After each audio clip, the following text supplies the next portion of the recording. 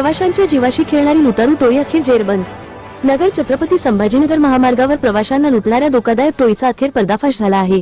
गोडेगाव परिसरात वाहनांची वाट पाहणाऱ्या निरपराध प्रवाशांना चाकूचा धाक दाखवत लुटणाऱ्या या 4 सदस्यीय टोळीला स्थानिक गुन्हे शाखेच्या पथकाने अटक केली। या गुन्हेगारांकडून 5,35,000 रुपयांचा मुद्देमाल हस्तगत करण्यात आला असून त्यांच्या अटकेमुळे परिसरातील नागरिकांना मोठा दिलासा मिळाला आहे।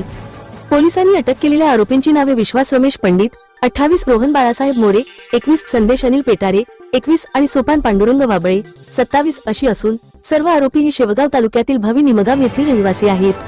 हे सर्वजण रात्रीच्या वेळी महामार्गावर गर्दीपासून दूर असलेल्या ठिकाणी वाहनांची वाट पाहणाऱ्या प्रवाशांना अडवून त्यांच्यावर चाकू दाखवत दहशत निर्माण करून लुटत होते। गेल्या काही दिवसांपासून या परिसरात अशा प्रकारच्या लुटमारीच्या घटनांत वाढ झाल्याने नागरिकांमध्ये भीतीचे वातावरण निर्माण झाले होते।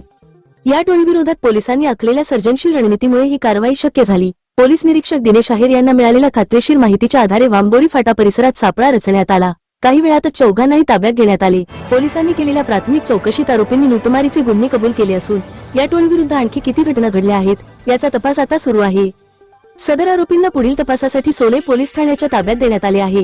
या घटनेने पुन्हा एकदा स्पष्ट केले आहे की पोलिसांची तत्परता आणि सुसूत्र नियोजन असल्यास गुन्हेगार कितीही शिताफीने वागत असले तरी त्यांना कायद्याच्या कचाट्यात अडकवता येते। नागरिकांनी पोलिसांप्रती दाखवलेला विश्वास वाखाणण्याजोगा आहे आणि अशा गुन्हेगारी प्रवृत्तींचा बंदोबस्त करण्यासाठी अजून कठोर उपाययोजना होणे गरजेचे आहे, अशी मागणी आता जनतेकडून केली जात आहे। राज्यातील आणि देशातील बातम्या पाहण्यासाठी आजच आमच्या महाराष्ट्र न्यूज प्रिन्स या YouTube चॅनलला सबस्क्राइब करा आणि मिळवा नवनवीन अपडेट।